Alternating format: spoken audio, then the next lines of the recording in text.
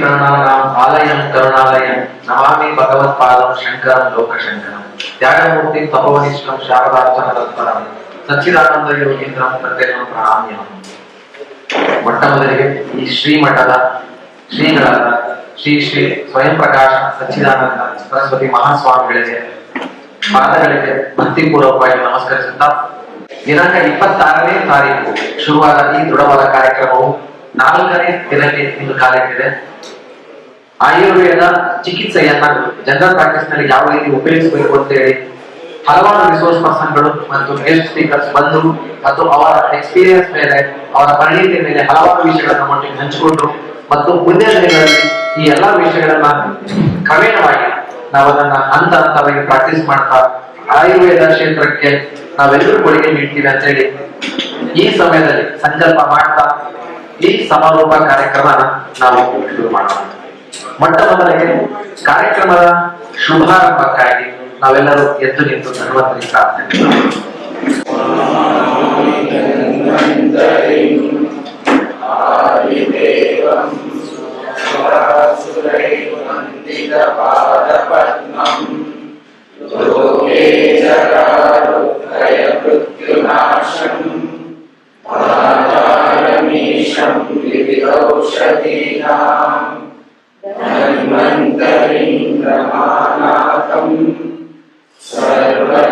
सर्वरोगनिवारकं आयुर्वेद प्रवर्तकं वन्दे पीयूषदायकं.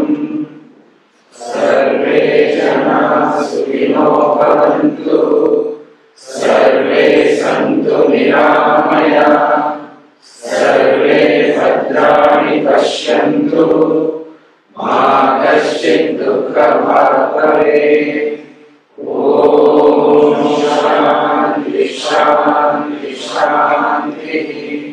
ಈ ಸಮಾರಂಭಕ್ಕೆ ಆಗಮಿಸಿರುವ ಎಲ್ಲ ಮುಖ್ಯ ಅತಿಥಿಗಳಿಗೂ, ನಮ್ಮ ಆಯುರ್ ಸೇವಕರಾಗಿರುವ ಸಮಸ್ತ ಆಯುರ್ ಸೇವಕರು ಆಗಮಿಸಿ ಎಲ್ಲರಿಗೂ ಗೌರವ ಸಮರ್ಪಕ ರೀತಿಯಲ್ಲಿ ಸನ್ಮಾನಿಸಬೇಕಾಗಿ ಮತ್ತು ಸ್ವಾಗತಿಸಬೇಕಾಗಿ ಈ ಮೂಲಕ ಕೇಳ್ಕೊಳ್ತಾ ಇದ್ದೀನಿ.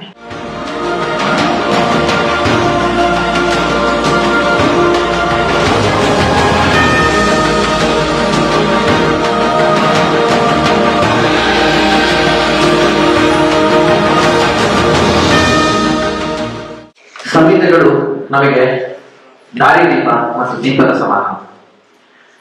ನಾವು ನಮ್ಮ ಪ್ರಾಕ್ಟೀಸ್ ಮಾಡಬೇಕು ಅಂತಂದ್ರೆ ಮತ್ತು ಆಯುರ್ವೇದ ಸರಿಯಾದ ರೀತಿಯಲ್ಲಿ ಪ್ರಾಕ್ಟೀಸ್ ಮಾಡಬೇಕು ಅಂತಂದ್ರೆ ನಮಗೆ ಅದು ದೀಪ ಅಂತಾನೆ ಅರ್ಥ. ಹಾಗಾಗಿ ನಮ್ಮ ಕಾರ್ಯಕ್ರಮದಲ್ಲಿ ಸಂಹಿತೆಗಳಿಗೆ ಪುಷ್ಪಾರ್ಚನೆ ಮಾಡುವುದರ ಮುಖಾಂತರ ಕಾರ್ಯಕ್ರಮಕ್ಕೆ ಶುಭಾರಂಭವನ್ನು ನೀಡಬೇಕೆಂದು ಜೈ ಜೈ ಚರಕ, ಜೈ ಜೈ ಸುಷ್ಟ, ಜೈ ಜೈ ವಾಗ್ಭಟ, ಜೈ ಜೈ ಚರಕ, ಜೈ ಜೈ ಸುಶ್ರುತ, ಜೈ ಜೈ ವಾಗ್ಭಟ, ಜೈ ಜೈ ಸುಶ್ರುತ, ಜೈ ಜೈ ಚರಕ, ಜೈ ಜೈ ವಾಗ್ಭಟ, ಜೈ ಜೈ ಚರಕ, ಜೈ ಜೈ ಸುಶ್ರುತ, ಜೈ ಜೈ ವಾಗ್ಭಟ, ಜೈ ಜೈ ಸುಶ್ರುತ, ಜೈ ಜೈ ಚರಕ, ಜೈ ಜೈ ವಾಗ್ಭಟ. ಈ ಒಂದು 4 ದಿನಗಳ ಈ ಶಿಬಿರ ನನಗೆ ತಿಳಿದ ಮಟ್ಟಿಗೆ ನಿಮ್ಮ ವೈದ್ಯಕೀಯ ವೃತ್ತಿಯಲ್ಲಿ ಸುವರ್ಣಾಕ್ಷರಗಳಿಂದ ಬರಲಿರಬೇಕಾಗಿರ್ತಕ್ಕಂತಹ ದಿನಗಳು ಅಂತ ನನಗನ್ನಿಸ್ತದೆ. ಒಂದು ನನಗೆ ಹೆಮ್ಮೆಯ ವಿಷಯ ಅಂತಂದ್ರೆ, ಆಫ್ತಾರ್ನ ಇಲ್ಲಿಯವರೆಗೇನು ಪ್ರಮುಖವಾಗಿರ್ತಕ್ಕಂಥ ಕಾರ್ಯಕ್ರಮಗಳು ಆಗಿವೆ, ಆ ಎಲ್ಲ ಕಾರ್ಯಕ್ರಮಗಳಲ್ಲಿ ಪಾಲ್ಗೊಂಡಿದ್ದೇನೆ ಎಂಬತಕ್ಕಂಥ ಒಂದು ಹೆಮ್ಮೆಯ ಸಂಗತಿ ನನ್ನಲ್ಲಿದೆ. ಕೂಡ ನಾನು ಈಗ ತಾನೇ ನಾನು ಶ್ರೀವತ್ಸವರ ತಮ್ಮೊಂದಿಗೆ ನಡೆಸಿದಂತಹ ಸಂಭಾಷಣೆಯನ್ನ ಕೇಳಿದಾಗ ಇನ್ನೂ ಆಯುರ್ವೇದವನ್ನು ತಿಳಿದುಕೊಳ್ತಕ್ಕಂಥದ್ದು ಎಷ್ಟಿದೆ ಅಂತಕ್ಕಂಥದ್ದು ನನಗನ್ನಿಸ್ತು. ಅವರೇ ಒಂದು ಹಾಸ್ಯಮಯವಾಗಿರ್ತಕ್ಕಂಥ ಒಂದು ಉದಾಹರಣೆಯನ್ನು ಕೊಟ್ಟರು. ಗುದರೋಗ ತಜ್ಞನಾಗಿರ್ತಕ್ಕಂಥ ನಾನು ಕಂಠದಲ್ಲಿರ್ತಕ್ಕಂಥ ಆಯುರ್ವೇದವನ್ನು ಇನ್ನು ಗುದಪಟ್ಟಿಸದೆ ಹುಡ್ತಾ ಇದ್ದೇನೆ ಅಂತಕ್ಕಂಥದ್ದು ನನಗನ್ನಿಸ್ತು. ಇಷ್ಟೊಂದು ಇನ್ನೂ ಕಲಿಕಬೇಕು. ನಾವು ಸುಮಾರು 40 ವರ್ಷ 1985ರಿಂದ 20-25 ವರ್ಷಗಳಿಗೆ 4 ದಶಕಗಳ ಆಯುರ್ವೇದದ ಕಲಿಕೆ, ಅಭ್ಯಾಸ, ಚಿಕಿತ್ಸೆಯಲ್ಲಿ, ಶಿಕ್ಷಣ, ಚಿಕಿತ್ಸೆಯಲ್ಲಿ ತೊಡಗಿಸಿಕೊಂಡಿರ್ತಕ್ಕಂಥ ನನ್ನನ್ನು ನಾನು ಪುನಃ ಆತ್ಮವಿಮರ್ಶೆ ಮಾಡಿಕೊಂಡಾಗ ಇನ್ನು ಎಷ್ಟೊಂದು ಕಲಿಯೋದಿದೆ ನಮಗೆ ಅಂತಕ್ಕಂಥ ನಮ್ಗೆ ಅನಿಸ್ತಾ ಇದೆ. ಅದರಿಂದ ಇಂತಹ ಒಂದು ಶಿಬಿರಗಳಲ್ಲಿ ಯಾವಾಗ ತಾವು ವೈದ್ಯ ವೃತ್ತಿಯನ್ನು ಪ್ರಾರಂಭ ಮಾಡಿದ್ದೀರಿ, ಅಂತಹ ಒಂದು ಸಂದರ್ಭದಲ್ಲಿ ಏನು ಆಯುರ್ವೇದ ಕ್ಷೇತ್ರದ ಚಿಕಿತ್ಸೆಯಲ್ಲಿ ತಮ್ಮನ್ನೇ ತಾವು ತೊಡಗಿಸಿಕೊಳ್ಬಿಟ್ಟು ಏನೊಂದು ಕೃಷಿ ಮಾಡಿದ್ದಾರೆ, ಅಂತಹ ವೈದ್ಯರನ್ನ ಗುರುತಿಸಿ ಅವರನ್ನ ನಿಮಗೆ ಪರಿಚಯಿಸೋದೊಂದಿಗೆ ನೀವು ಕೂಡ ವೈದ್ಯ ವೃತ್ತಿಯಲ್ಲಿ ಇನ್ನಷ್ಟು ಸಕಾರಾತ್ಮಕವಾಗಿ ತೊಡಗಿಸಿಕೊಂಡು ವೈದ್ಯ ವೃತ್ತಿಯನ್ನ ಇನ್ನಷ್ಟು ಉನ್ನತಕ್ಕೇರಿಸುವಂತಹ ಪ್ರಯತ್ನ ನಿಮ್ಮಲ್ಲಾಗಲಿ, ಆ ಒಂದು ಮನೋಭಾವ ನಿಮ್ಮಲ್ಲಿ ಪುನಃ ಬೆಳೆಯಲಿ ಅಂತಕ್ಕಂಥ ಉದ್ದೇಶದಿಂದ ಇಂತಹ ಸಾರ್ಥಕ ಕಾರ್ಯಕ್ರಮಗಳನ್ನ ಆಪ್ತಾಶ್ ಅಳವಡಿಸಿಕೊಳ್ತಾ ಬಂದಿದೆ. ಇದಕ್ಕೆ ಸಂಬಂಧಪಟ್ಟಂತಹ ಆಪ್ತಾಶ್ ಎಲ್ಲ ಬಳಗಕ್ಕೂ ಹೃತ್ಪೂರ್ವಕವಾಗಿರ್ತಕ್ಕಂಥ ಅಭಿನಂದನೆಗಳನ್ನು ಈ ಸಂದರ್ಭ ಸಲ್ಲಿಸಲಿಕ್ಕೆ ಇಷ್ಟಪಡ್ತೀನಿ. ಇಂತಹ ಕಾರ್ಯಕ್ರಮಗಳು, ಏಕೆಂದರೆ ಕಲಿಕೆ ಅನ್ನೋದು ಯಾವುದೇ ವೃತ್ತಿಯಲ್ಲಿ ಅದಕ್ಕೆ ಕೊನೆ ಅನ್ನೋದು ಇರುವುದಿಲ್ಲ. ಅದರಲ್ಲಿ ವಿಶೇಷವಾಗಿ ವೈದ್ಯ ವೃತ್ತಿಯಲ್ಲಿ ನಿರಂತರ ಕಲಿಕೆಯ ಅವಶ್ಯಕತೆ ಇದೆ. ನಾವು ಪ್ರತಿದಿನವೂ ವೃತ್ತಿಯಲ್ಲಿ ಹೊಸ ಹೊಸ ರೋಗಗಳ ಅರಿವನ್ನು ಮಾಡಿಕೊಳ್ಬೇಕಾಗ್ತದೆ. ಅದಕ್ಕನುಗುಣವಾಗಿ ಚಿಕಿತ್ಸಾ ಸೂತ್ರಗಳನ್ನು ನಾವು ಅಳವಡಿಸಿಕೊಳ್ಬೇಕಾಗ್ತದೆ. ಆ ದೃಷ್ಟಿಯಿಂದ ನಿರಂತರ ಕಲಿಕೆಗೆ ಈ ಒಂದು ಅವಕಾಶವನ್ನ ಈ ಆಪ್ತಾಶ್ ನಮಗೆಲ್ಲ ಮಾಡಿಕೊಡ್ತಾ ಇದೆ. ಇದು ಸುಲಭದ ಕೆಲಸ ಅಲ್ಲ. ಅನೇಕ ದೊಡ್ಡ ದೊಡ್ಡ ಶಿಕ್ಷಣ ಸಂಸ್ಥೆಗಳಲ್ಲಿ ಕೂಡ ಎಲ್ಲ ವಿಧವಾಗಿರ್ತಕ್ಕಂತಹ ಸೌಲಭ್ಯಗಳಿರ್ತದೆ. ಶಿಕ್ಷಣ ಸಂಸ್ಥೆಗಳಲ್ಲಿ ಅವಂತವರಿಗೂ ಕೂಡ ಅಸಾಧ್ಯವಾಗಿರ್ತಕ್ಕಂತಹ ಕೆಲಸವನ್ನ ಅತ್ಯಂತ ಸುಲಭದಲ್ಲಿ ಆಪ್ತಾಸ್ ಮಾಡ್ತಾ ಇದೆ. ಅದು ಯಾಕೆ ಆಗ್ತಾ ಇದೆ ಅಂತಂದ್ರೆ, ಆ ಒಂದು ಆಪ್ತಾಸ್ ಸಂಸ್ಥೆ ಮೂಲ ಉದ್ದೇಶ, ಆ ಉದ್ದೇಶದ ಸಫಲತೆಗಾಗಿ ಅದು ಕಟಿಬದ್ಧವಾಗಿ ನಿಂತಿರ್ತಕ್ಕಂಥ ತೆಗೆದುಕೊಳ್ತಿರ್ತಕ್ಕಂಥ ಒಂದು ನಿರ್ಣಯ. ಅದರಿಂದ ಇದು ಸಾಧ್ಯ. ನಾವು ಅನೇಕ ವರ್ಕ್ಶಾಪ್, ಸೆಮಿನಾರ್ ಇವುಗಳನ್ನು ನೋಡ್ತೀವಿ. ಅಲ್ಲಿ ಎಲ್ಲರೂ ಇಲ್ಲ, ನಮಗೆ ಒಂದು ಸೆಮಿನಾರ್ ಮಾಡ್ಬೇಕಾಗಿತ್ತಂತೆ 1,000 ರಿಜಿಸ್ಟ್ರೇಷನ್ ಆಗಬೇಕು, 800 ಜನ ಬರಬೇಕು, ಬಹಳ ಭವ್ಯವಾಗಿ ಆಗಬೇಕು. ಅದು ಅಂತಹ ವರ್ಕ್ಶಾಪ್, ಸೆಮಿನಾರ್ಗಳನ್ನ ನನ್ನ 40 ವರ್ಷದ ವೃತ್ತಿ ಜೀವನದಲ್ಲಿ ಸಾಕಷ್ಟು ನಾವು ಮಾಡಿದ್ದೀವಿ, ಸಾಕಷ್ಟು ಕಂಡಿದ್ದೀವಿ. ಆದರೆ ಸಫಲತೆ ಬಹಳ ಸೆಮಿನಾರ್ ಮತ್ತು ವರ್ಕ್ಶಾಪ್ಗಳಲ್ಲಿ ಅತ್ಯಂತ ದುಃಖದಿಂದ ಹೇಳಬೇಕಂತಂದ್ರೆ ಫಲಿತಾಂಶ ಶೂನ್ಯ ಇರ್ತದೆ. ಇಲ್ಲಿ ಸಂಖ್ಯೆ ಕಡಿಮೆ ಇದ್ದಾಗ ಆ ಉದ್ದೇಶ ಏನಿರ್ತದೆ, ಒಂದು ಸಂದೇಶ ಏನಿರ್ತದೆ, ಆ ಸಂದೇಶ ಪ್ರತಿಯೊಬ್ಬ ವ್ಯಕ್ತಿಗೂ ಅದು ಸುಲಭವಾಗಿ ಹೋಗ್ತದೆ. ಆ ದೃಷ್ಟಿಯಿಂದ ಇಂತಹ ಚಿಕ್ಕ ಸಂಘಟನೆಗಳನ್ನು ಮಾಡ್ತಾ, ಚಿಕ್ಕ ಒಂದು ವೈದ್ಯ ಸಮೂಹವನ್ನು ಕೂಡಿಸಿಕೊಂಡ್ಬಿಟ್ಟು ಅವರಿಗೆ ಒಂದು ತರಬೇತಿಯನ್ನು ನೀಡ್ತಕ್ಕಂಥ ಇಂದಿನ ದಿನಮಾನಗಳಲ್ಲಿ ಬಹಳ ಅವಶ್ಯಕವಾಗಿದೆ. ಅದು ಕೂಡ ಅವರು ಯಾವಾಗಲೂ ಹುಡುಕುವಂತಹ ಸ್ಥಳ ಮಹಿಮೆಯನ್ನು ಕೂಡ ವೈದ್ಯ ಶರತ್ ಅವರು ಅತ್ಯಂತ ಸೂಕ್ಷ್ಮವಾಗಿ ಗಮನಿಸ್ತಾರೆ. ಅತ್ಯಂತ ಪವಿತ್ರವಾಗಿರ್ತಕ್ಕಂಥ ಈ ಸ್ಥಳದಲ್ಲಿ ನಮ್ಮ ಭಾರತ ದೇಶದ ಸಂಸ್ಕೃತಿಯ ಸ್ವರೂಪವಾಗಿರ್ತಕ್ಕಂಥ ಆಯುರ್ವೇದ ಪದ್ಧತಿಯ ಬಗ್ಗೆ ಈ ರೀತಿಯಾಗಿರ್ತಕ್ಕಂಥ ವಿಚಾರ ಸಂಕಿರಣವನ್ನ ಇಲ್ಲಿ ಏರ್ಪಡಿಸುವುದು ಕೂಡ ಅತ್ಯಂತ ಮಹತ್ವದ. ಇದರ ಪರಿಣಾಮ ಕೂಡ ಯಾವಾಗಲೂ ಸಕಾರಾತ್ಮಕವಾಗಿದೆ. ನಾನು ಮುಖ್ಯವಾಗಿ ಈಗ ನಾವು 2-3 ಪ್ರಶ್ನೆಗಳನ್ನ ನಾವು ಹಾಕೊಳ್ಬೇಕಾಗ್ತದೆ. ಒಂದು ಯಾವಾಗಲೂ ನಾವು ನಮ್ಮ ವೈದ್ಯ ವೃತ್ತಿಯಲ್ಲಿ ನಾವು ಚಿಂತನೆ ಮಾಡ್ತಕ್ಕಂಥ ಒಂದು ವಿಷಯ ಅಂತಂದ್ರೆ, ಆಯುರ್ವೇದ ನಮಗೇನು ಕೊಟ್ಟಿದೆ, ಆಯುರ್ವೇದಕ್ಕೆ ನಾವೇನು ಕೊಟ್ಟಿದೆ, ಈ ಎರಡು ವಿಷಯಗಳನ್ನ ನಾವು ಸದಾ ಚಿಂತನೆ ನಾವು ಅತ್ಯಂತ ವಿಷಾದದಿಂದ ಒಂದು ವಿಷಯವನ್ನು ತಮ್ಮ ಪ್ರಸ್ತಾಪ ಬಹಳಷ್ಟು ಏನು ವೈದ್ಯ ಪದ್ಧತಿಯಲ್ಲಿ ಅದು ಆಯುರ್ವೇದ ಮಾಡ್ತಿರ್ಬೋದು, ಅಲೋಪತಿ ಚಿಕಿತ್ಸೆ ಮಾಡ್ತಿರ್ಬೋದು, ಮಿಶ್ರ ಪದ್ಧತಿಯನ್ನು ಮಾಡ್ತಿರ್ಬೋದು. ಆಯುರ್ವೇದ ವೈದ್ಯರು ಬಹಳಷ್ಟು ಜನ ಏನಪ್ಪಾ ನಾನು ಆಯುರ್ವೇದಕ್ಕೆ ಬಂದ್ಬಿಟ್ಟೆ, ಹಿಂಗಾಯ್ತು, ನಾನು ಅಲೋಪತಿ ಓದಿದ್ರೆ ಚೆನ್ನಾಗಿರ್ತಿತ್ತು ಅಂತಕ್ಕಂಥದ್ದನ್ನು ವ್ಯಕ್ತಪಡಿಸ್ತಾ ಇದ್ದಾರೆ. ಇದು ಮಾಡ್ತಿದ್ರು. ಯಾಕಂದ್ರೆ ಆಯುರ್ವೇದ, ನಾವು ಆಯುರ್ವೇದ ಚಿಕಿತ್ಸೆಯನ್ನು ಮಾಡದೇ ನಮ್ಮ ವ್ಯಕ್ತಿತ್ವಕ್ಕೆ ವೈದ್ಯ ಅಂತಕ್ಕಂಥ ಒಂದು ಅಬ್ಜೆಕ್ಟಿವ್ ಕೊಟ್ಟಿರೋದು ಇದು ಆಯುರ್ವೇದ ಪದ್ಧತಿ. ಅದಕ್ಕೆ ನಾವು ಯಾವಾಗಲೂ ಒಂದು ಆಯುರ್ವೇದ ಪದ್ಧತಿ ಬಗ್ಗೆ ಋಣ ಇರಬೇಕು ಮತ್ತು ಅದರ ಬಗ್ಗೆ ಅಭಿಮಾನ ಇದೆ. ಇದು ನಾವು ಆಯುರ್ವೇದಕ್ಕೆ ಕೊಡಬೇಕಾಗಿರ್ತಕ್ಕಂಥ ವೈದ್ಯಶಾಸ್ತ್ರಕ್ಕೆ ನಾವು ಯಾವುದೇ ವಿಧವಾಗಿರ್ತಕ್ಕಂಥ ಪದ್ಧತಿಯನ್ನು ಪ್ರಾಕ್ಟೀಸ್ ಮಾಡಿ ಅದರ ವಿಷಯವಾಗಿ ನಾವು ಸೂಕ್ಷ್ಮವಾಗಿ ನಂತರದಲ್ಲಿ ಹೇಳ್ತೀವಿ. ಹೋಮಿಯೋಪತಿ ಚಿಕಿತ್ಸಾ ಪದ್ಧತಿಯಲ್ಲಿ ಕೂಡ ಉತ್ತಮವಾಗಿರ್ತಕ್ಕಂಥ ಔಷಧಿಗಳಿವೆ, ಯುನಾನಿಯಲ್ಲಿ ಕೂಡ ಉತ್ತಮವಾಗಿರ್ತಕ್ಕಂಥ. ನಾವು ಅಶ್ವನಿ ರೋಗಕ್ಕೆ ಹಜರತ್ ಯಹುದ್ ಭಸ್ಮ ಅಂತ ಚೆನ್ನಾಗಿರ್ತಕ್ಕಂಥ ಅತ್ಯುತ್ತಮವಾಗಿರ್ತಕ್ಕಂಥ ಒಂದು ಔಷಧಿ, ಅದನ್ನು ನಾವು ಬಳಸ್ಕೊಳ್ತೇವೆ. ಹೀಗೆ ಅವಶ್ಯಕತೆಗೆ ಅನುಗುಣವಾಗಿ ಆಯುರ್ವೇದವನ್ನೇ ಮೂಲ ಚಿಕಿತ್ಸಾ ಪದ್ಧತಿಯನ್ನಾಗಿಸಿಕೊಂಡ್ಬಿಟ್ಟು ಅನಿವಾರ್ಯ ಕಾರಣಗಳಿಂದ ನೀವು ಒಂದು ಸಮಕ ಶ್ವಾಸದ ರೋಗಿಗೆ ನೀವು ಚಿಕಿತ್ಸೆ ಕೊಡ್ತಾ ಇದ್ರಿ, ಅವ್ರ ರೋಗ ತೀವ್ರ ಆಗಾದರೆ ನೀವು ಅಲೋಪತಿಯವ್ರ ಕಡೆ ಹೋಗಂತಂದ್ರೆ ಆ ಹೋದ ಪೇಷಂಟ್ ಮತ್ತೆ ಬರೋದೇ ಇಲ್ಲ. ಅಂಥ ಸಂದರ್ಭಗಳಲ್ಲಿ ಯಾಕಂದ್ರೆ ನಮಗೆ ಜ್ಞಾನ ಇದೆ, ಅದು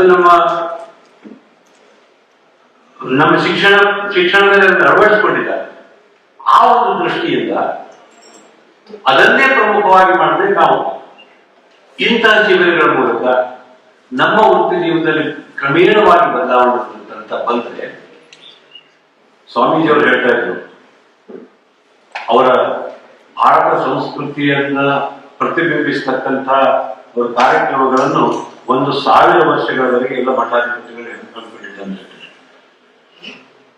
ಈ ಒಂದು ನಮ್ಮ ಮೇಲೆ ಪ್ರತಿನಿತ್ಯ ಆರೋಪ ಬರ್ತಾ ಇದೆ, ಆಯುರ್ವೇದ ವೈದ್ಯರು ಅಲೋಪತಿ ಚಿಕಿತ್ಸೆಯನ್ನು ಮಾಡ್ತಿದ್ದಾರೆ.